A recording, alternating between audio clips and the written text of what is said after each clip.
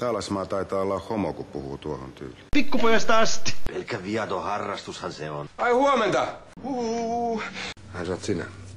Kristo Päivinen. Älä sä nyt ala sössöttää siinä yhtään mitään. Sinä turpa kiinni nyt! Homo.